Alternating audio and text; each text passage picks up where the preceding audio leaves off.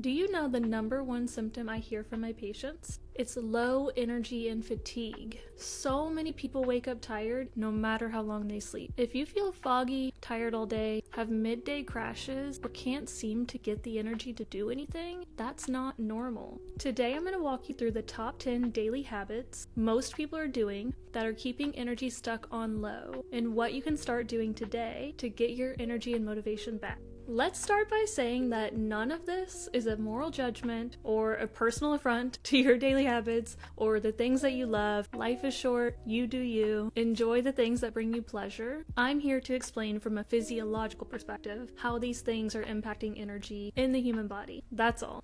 Our first category is caffeine. This includes coffee, teas, energy drinks, anything with caffeine in it. So what is caffeine doing in the body? The first thing it's doing is blocking adenosine, which is your rest signal. Adenosine builds up in the brain as you use energy throughout the day. It's literally the signal that we use to say, I need rest. Caffeine blocks adenosine receptors, so your brain can't feel how tired it is. This looks like increased alertness, reduced perception of tea, temporarily sharper focus, but the underlying energy demand has not changed. Caffeine also stimulates the HPA axis, which if you remember, we talked about this in our last video, but this is connected to our stress response. Caffeine activates adrenaline, cortisol, especially in sensitive people, and it puts the body in like a mild flight or fight mode, which is our sympathetic mode. This is when we're stressed, hyped, anxious, worried, when we can't relax. And this looks like an increased heart rate, mobilization of glucose and fatty acids in the body because our body thinks we need more fuel, and a temporary gotta get things done type of feeling. In addition to adenosine and our stress response, caffeine also impacts our blood sugar regulation. It increases gluconeogenesis, which is a metabolic process of synthesizing glucose from non-carbohydrate precursors such as amino acids, lactate, glycerol, etc., and this occurs primarily in the liver and kidneys. Caffeine also affects insulin resistance short term, so this can look like faster blood sugar rises, followed by a drop or a crash in some people. You may have experienced this. This is especially noticeable when you have caffeine on an empty stomach or with low protein intake or in an already stressed system. So it's kind of like when you feel hangry. Blood sugar swings equal fatigue, irritability, shakiness, brain fog, which who wants to feel that way? Not me. Caffeine also alters our sleep state. Even if you fall asleep well, that doesn't mean it's not still affecting your sleep quality. So caffeine reduces deep sleep. It reduces REM sleep, which is when you're dreaming. Because it has a half-life of about 5 to 8 hours in the body, it's going to take a longer time to get out of your body by the time you get to bed if you're drinking caffeine later in the day. This basically leads to accumulated sleep debt, morning fatigue, which then has you going for more coffee, and then you're just stuck in an endless loop of caffeine consumption. Caffeine can also increase micronutrient loss. Caffeine is a diuretic, meaning it makes you pee more.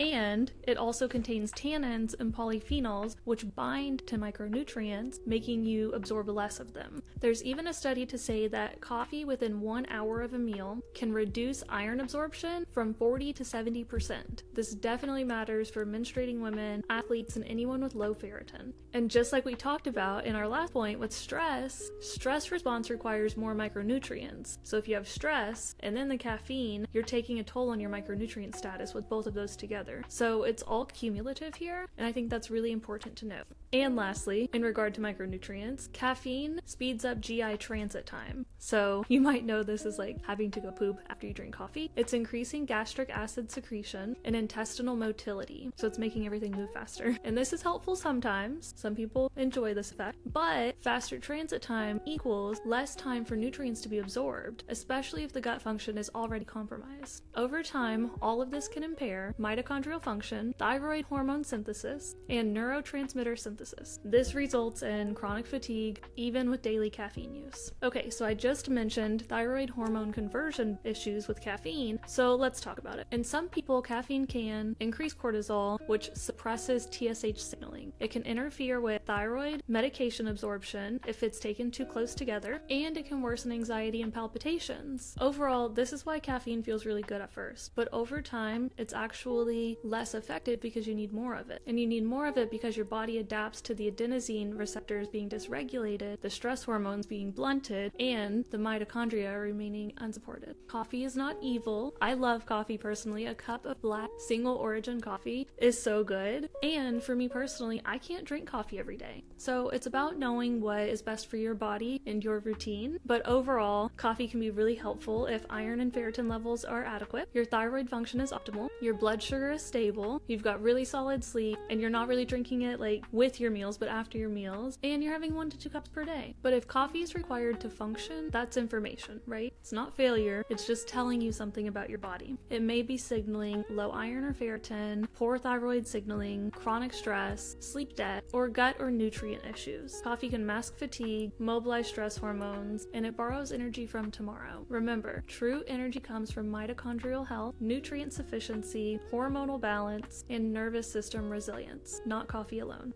Okay, so our caffeine discussion trickled into coffee very quickly, but I also want to cover energy drinks. Let's talk about common ingredients in energy drinks to help wrap our head around the difference between coffee and these man-made drinks. So one of the main ingredients that we typically see in an energy drink is taurine. Taurine is an amino acid involved in nervous system signaling, calcium handling in muscles, and cardiac function. Taurine can feel calming or excitatory depending on its dose, and it's often added to kind of like smooth out the caffeine stimulation that some people experience. But our concern here is high doses combined with caffeine may alter heart rhythm in sensitive people. And unfortunately, the long-term effects of energy drinks are pretty poorly studied. So we have to take what we know from these individual things and form our own judgments and opinions based on our life, our health, and our routine. Another common ingredient that you see in energy drinks is B vitamins. B vitamins are great, right? They give us energy. They support so many functions in our bodies. So what are the concerns with adding B vitamins to energy drinks then? Well, for the most part, I'm concerned with the synthetic forms of the B vitamins used, meaning they're made in labs. Sometimes there's mega doses of these vitamins in these drinks that aren't necessary. Niacin can cause flushing and liver strain in high doses based on the person. And you can actually have too much of B6, which can lead to neuropathy. So based on the person, this could be okay, or this could actually cause a lot of harm. So B vitamins don't necessarily equal energy unless your body can actually use them. Our third ingredient in energy drinks is sugar or natural sweeteners. What even is that? This can either be cane sugar, coconut sugar, honey, agave, stevia, monk fruit, erythritol. There's a lot of different forms of sugar that you can look into, and there's a lot of natural sugars and then synthetic sugars. Basically what this is doing in your body is spiking your blood glucose and then causing insulin to be released. This insulin release is typically followed by a blood sugar drop, which feels kind of like a crash, like a midday crash. And even natural sugars can cause stress to the adrenals, increase inflammation, worsen fatigue long term, and it can disrupt your gut microbiome and trigger insulin responses on the sweet taste alone. So overall, depending on what types of sugars are used, you can have different reactions in your body. The next ingredient that I have a lot of opinions about, I'll try to keep it brief, but this is adaptogens and herbs that are put into energy drinks. This is kind of like a new trend that has happened in the past like 5 to 10 years, I'd say. And it's when you see ashwagandha, rhodiola, ginseng, maca, or cordyceps in your drinks. And in this category, you'll see L-theanine, which is an amino acid, not an herb, but it's kind of like a popular natural supplement you see on the market as well. In general, these herbs regulate stress response, which is really cool. They're called adaptogens for a reason, and they influence cortisol and neurotransmitters. The problem here is the dosing. Most of the time, they're just using like a sprinkle of ashwagandha and saying it has ashwagandha in it. It's not a therapeutic dose. It's not really going to do much for you. It can also be too high of doses depending on the product, which can overstimulate an already stressed system. And did you know that ashwagandha can actually affect thyroid function, which we want to be careful with in our thyroid patients? And rhodiola can increase anxiety and palpitations based on the person. So adaptogens are context dependent and patient dependent, and I don't think they should just be like formulated in a test tube for an energy drink. Another popular thing that we're seeing right now is electrolytes. We're putting electrolytes in everything. That's cool. I'm all about remineralization, sodium, potassium, magnesium, etc. This supports hydration and nerve signaling, but electrolytes in energy drinks are typically underdosed and sometimes overdosed, but in general they'll use magnesium forms that aren't really absorbed very well, or it'll just give people a false sense of hydration. They're like, oh, this has electrolytes in it, so I'm getting the proper hydration.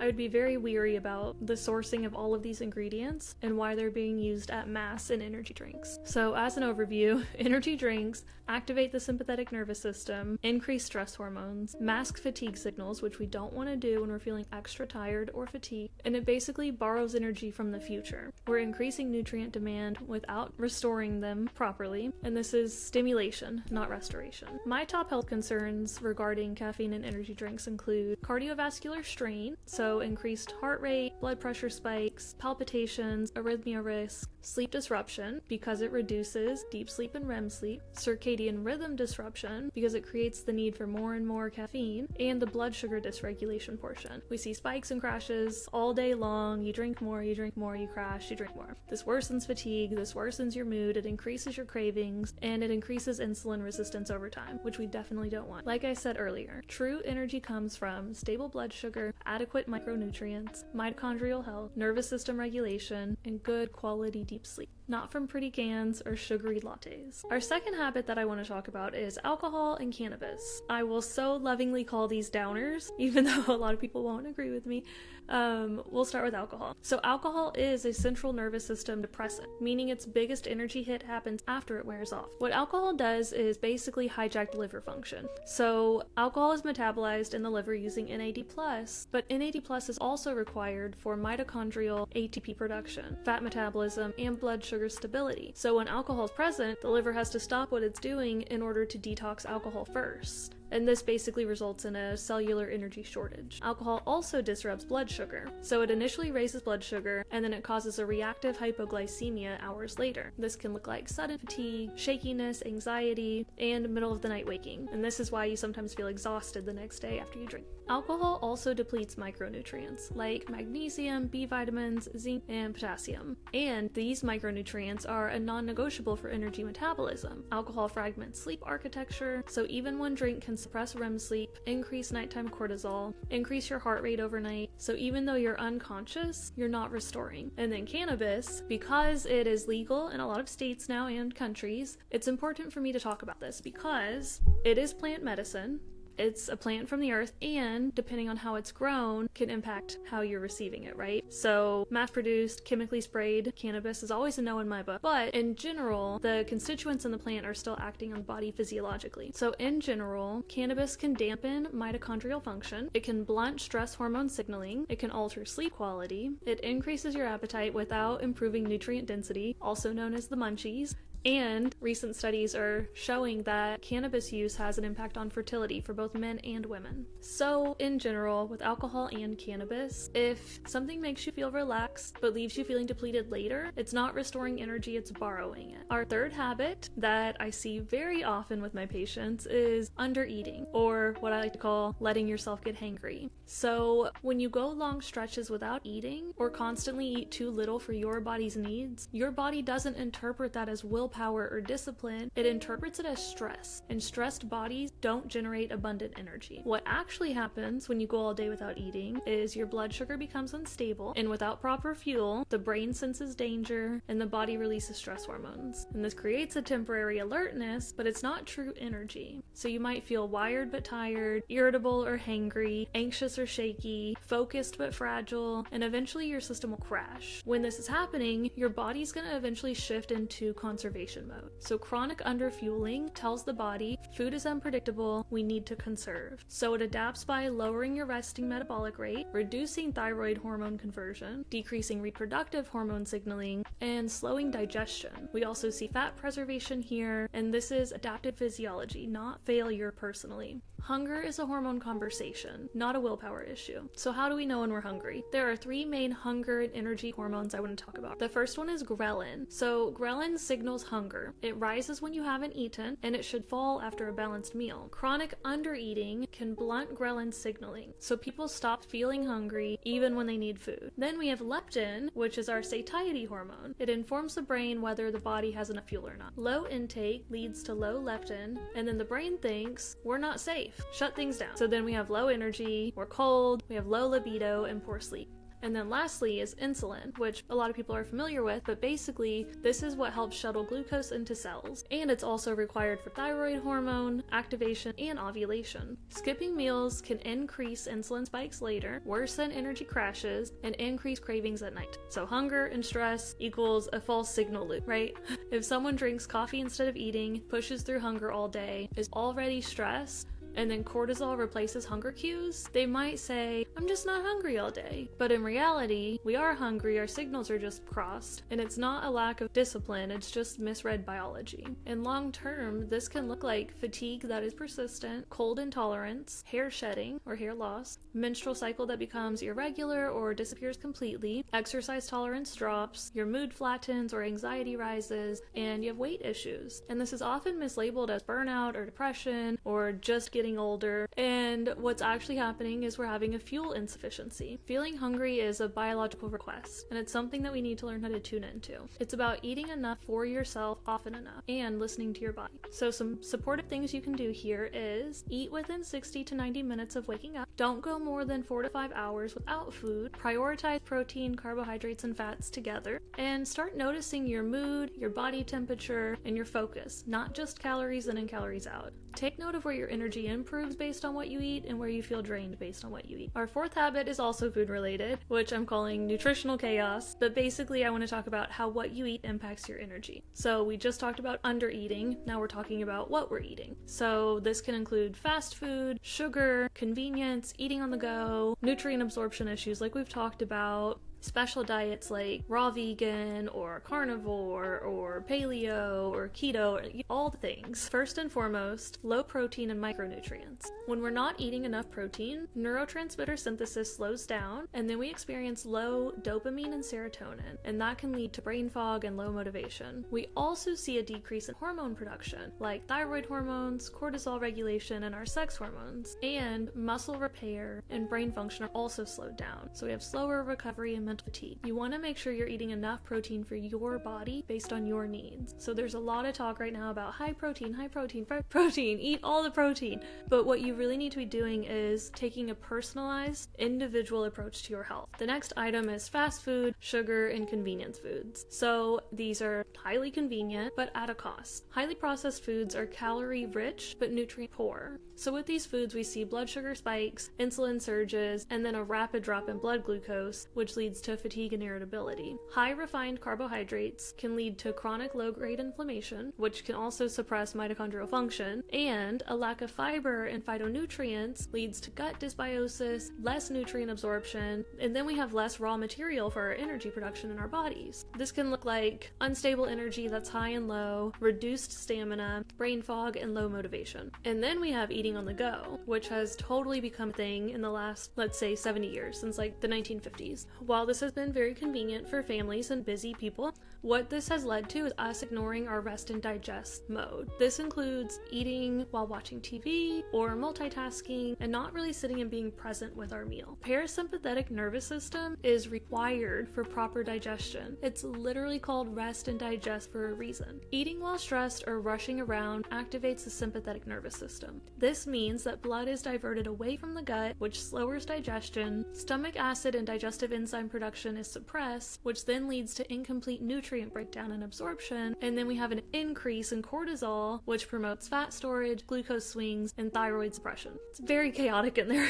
It's not good, you guys. So we want to be eating in a restful state. My next point here is low exposure to B12. So B12 is critical for red blood cell formation, which then allows us to transport oxygen to our cells. It's also involved with DNA synthesis and neurological function. Low B12 can look like fatigue, weakness, neuropathy, poor concentration, slow recovery, and exercise intolerance. Now let's talk about RDAs. So these are the recommended dietary allowances that we see on nutrition labels on our food.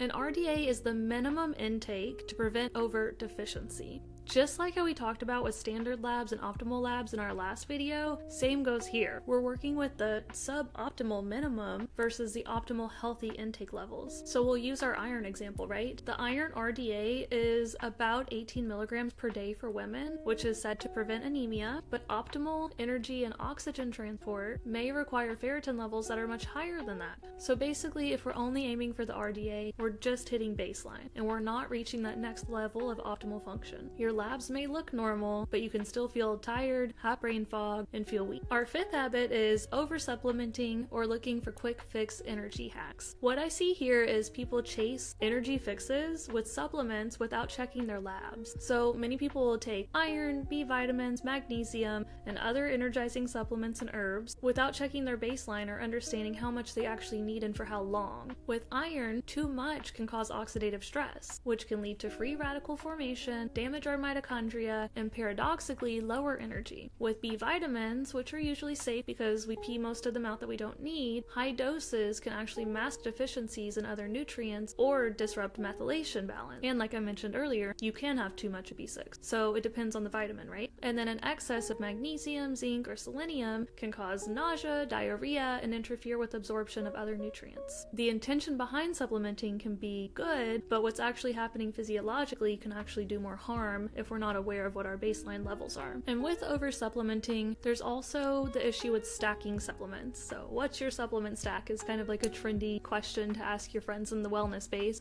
but really, people trying to fix low energy with powders, shots, or herbal blends without addressing the root causes doesn't make any sense. You can take your B complex or your adaptogen mix and feel really good, but if your thyroid, gut, or iron status is off, your mitochondria won't produce energy efficiently long term. And then there's a few additional things like high-dose caffeine pills or energy shots. These stimulate the nervous system and eventually lead to rebound fatigue. There's also unnecessary adaptogens, like we talked about before, that may interfere with cortisol feedback systems if they're used inappropriately. And then if you're taking iron without a deficiency, that can lead to issues. Our key physiological takeaway here is energy comes from cellular ATP production, which requires balanced macronutrients, micronutrients, oxygen, and mitochondrial enzymes. Randomly supplementing may provide temporary stimulation, but if the root pathways like thyroid, iron, nutrient absorption, and mitochondrial function are off, then ATP production remains suboptimal. The body thrives on balance and targeted interventions, not chasing the next energy shot.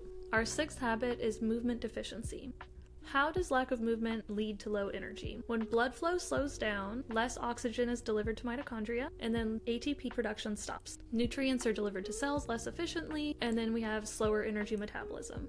So this can look like fatigue, sluggishness, poor recovery, and brain fog. Our activity level impacts our hormonal balance. So movement regulates insulin sensitivity, which keeps our blood sugar stable. It influences our cortisol rhythm, which is part of our daily stress hormone cycles.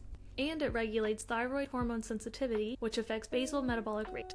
Exercise also influences endorphins and dopamine, which helps our mood and our motivation. Movement helps build muscle mass. So low muscle mass from inactivity leads to less energy burned at rest and a slower metabolism. So it's kind of like when you see super active people and you're like, how do you eat so much? How do you move so much? Because they have a higher resting metabolic rate due to their muscle mass. Exercise also influences nervous system tone. So daily movement balances sympathetic and parasympathetic tone. This is our active versus our resting states. And sedentary behavior leads to sympathetic dominance and chronic stress signaling. And lastly, movement impacts our sleep. So physical activity enhances sleep onset and deep sleep. Why moving daily matters is it supports circulation, which helps oxygen and nutrient delivery. It stimulates mitochondrial activity, which leads to more cellular energy. It regulates hormones like blood sugar, cortisol, and glucose handling. It preserves muscle mass, which is very important as we age. And it balances our nervous system. So it reduces stress, energy, reduces our stress, and then we also have improved sleep quality. Lack of daily movement doesn't just equal sedentary. It's actually affecting this cascade of physiological changes that directly suppresses ATP production, hormone function, mental energy, and leaves you chronically tired. So even though exercise takes a lot of energy, not exercising also impacts your energy.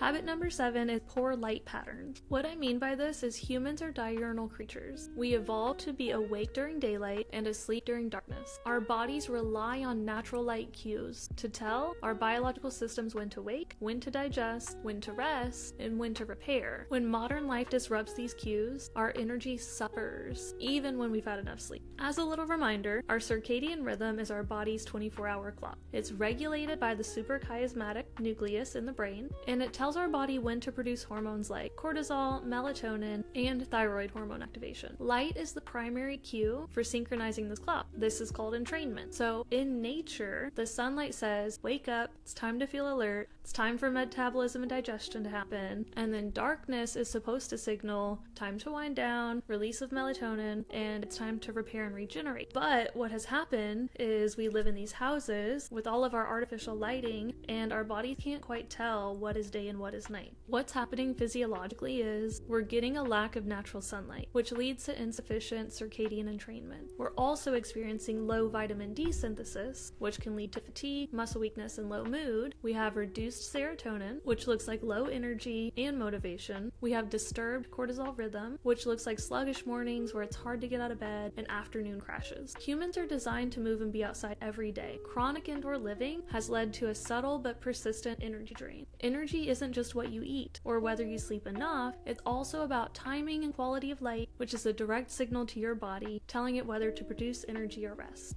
Habit number 8 is bedroom and sleep environment. Why is this critical for energy? Well, humans are wired to sleep in the dark, like we just talked about, and it's meant to be cool and quiet. Modern bedrooms are noisy, bright, full of devices, and very stimulating. This environment can actually disrupt your natural sleep patterns and create low energy days even if you're sleeping enough. Lights in the bedroom, like TVs, cell phones, and LED lights on clocks, devices, etc., wherever light is coming in, even lights through your windows, can suppress melatonin, the hormone that signals the body to sleep. And no, taking more synthetic melatonin is not necessarily the answer. And phones and Wi-Fi devices emit EMFs, which may subtly interfere with sleep quality and parasympathetic nervous system activation. These lights can impact our sleep onset, which is really important. The optimal sleep onset is falling asleep within 10 to 20 minutes of lying down, and it can lead to less deep sleep and REM sleep. The body evolved to associate darkness with rest, and artificial light tricks us into thinking it's daytime all the time. My advice for creating a healing sleep setting is cool, dark, quiet, blackout curtains, and a sleep eye mask, preferably not polyester, but something silk. Remove your phone from the room and your laptops. If your Wi-Fi router is nearby, please unplug it. Consider a white noise machine or even just earplugs to cancel all of the noise out, and maintain a consistent sleep schedule. Go to bed every night at the same night and get up out of bed at the same time every morning, as often as possible. The bedroom isn't just for sleep, it's where our bodies repair. Our brain cleanses itself, our muscles repair, and our whole system resets while we sleep. Habit number 9 is low hydration. Humans are approximately 60 to 70% water, which I think is really cool, and nearly every biochemical reaction in the body relies on adequate hydration. When water levels are low, energy production slows down, hormones misfire, and cells can't perform efficiently. Did you know that we lose a half to 1 liter of water while we sleep through our respiration and through our sweat? I remember when I learned that in medical school, I was mind blown. I was like, oh my gosh, I'm exhaling all my water? No wonder I'm so thirsty when I wake up. This means that we wake up in a mild state of dehydration and can be the reason why your morning energy feels so low sometimes. Historically, humans woke up, drank water from natural sources, and started their metabolism with hydration. Modern routines have shifted to waking up and immediately drinking coffee, which, as we discussed, is a diuretic, and then we just end up crashing later in the day. So don't forget to hydrate when you wake up. Overall, water is required for blood volume maintenance, which is essential for oxygen transport to tissues, nutrient delivery to cells, and dehydration triggers stress hormone release like cortisol and ADH, which further drains our energy. Hydration isn't just about quenching our thirst, it's fuel for every energy producing pathway in our body. Habit number 10 is nervous system overdrive. Humans are wired to balance between activity and rest. Chronic busyness keeps us in a sympathetic nervous system state, which paradoxically drains energy instead of producing it. When stress is constantly high, or we're constantly in a sympathetic nervous system state, our body releases cortisol, adrenaline, experiences acute stress, which then over time can lead to chronic stress. And when this activation is constant, it becomes energy inefficient. We're having constant glucose mobilization, cortisol dysregulation, our mitochondria are being overworked, and stress hormones are diverting energy from digestion, repair, and growth to shift into survival mode. And this can happen in moments throughout your day that seem totally normal, like driving to work, but you get stressed out in traffic, or there's a wreck, or you're late, you've overbooked appointments, so you're running from one thing to the other. All of this modern rhythm of busyness that we're used to can actually have a negative impact on your nervous system and your energy. And like all of these categories that we've talked about, it has a detrimental impact on your sleep, your digestion, your hormones, and your motivation. So you can sleep at a perfect time, eat the perfect meal, hydrate perfectly, but if your nervous system is constantly in overdrive, you'll never feel fully energized. Energy is built in calm, balanced states, not constant motion. Okay, so we covered a lot here. Let's take a minute to reflect on how you check out, right? Because one or two of these habits I don't think are that detrimental, but when you stack all of them throughout a day, they could be the reason why your energy's so low. So take a minute to check in on your caffeine intake, stacked with your hydration habits, your alcohol consumption, your cannabis use, your food frequency, and your intake of food, and how you feel throughout the day. If you take all of these 10 habits, where do you notice the ones that drain you the most? And because I know there are people out there, I totally resonate, that are going to say, I don't do any of this stuff. I eat well, I sleep well, I exercise, I don't drink alcohol. Why is my energy still low? As a naturopathic doctor, I would want to look into further testing. So micronutrient testing, mold and toxin testing, gut testing. There's got to be something going on at a cellular level if all of this stuff is on track, which if you have low energy and you're watching this video, something is amiss, right? Like there's something going on and further workup is warranted. So let me know in the comments which things stood out to you most. Did you learn something new from this video? Did you have an aha moment of like, oh no, I'm doing 9 of the 10 of those things. Like, let's start there and work on improving those. Or are you the latter where you're like, wait a minute, I'm still confused. Like, I don't do this stuff. Why is my energy still low? Let me know, and I will be recording our next video where I'm going to walk you through an optimal daily routine for high energy and a more reasonably attainable approach, so you can see the spectrum of how to create lasting energy in your days and how to tap into low energy when you do have it and how it's beneficial for your health. So when we reclaim our energy, we're also still going to experience low energy days. This is normal and I don't want to skip over that. So watch out for the next video. It's coming soon.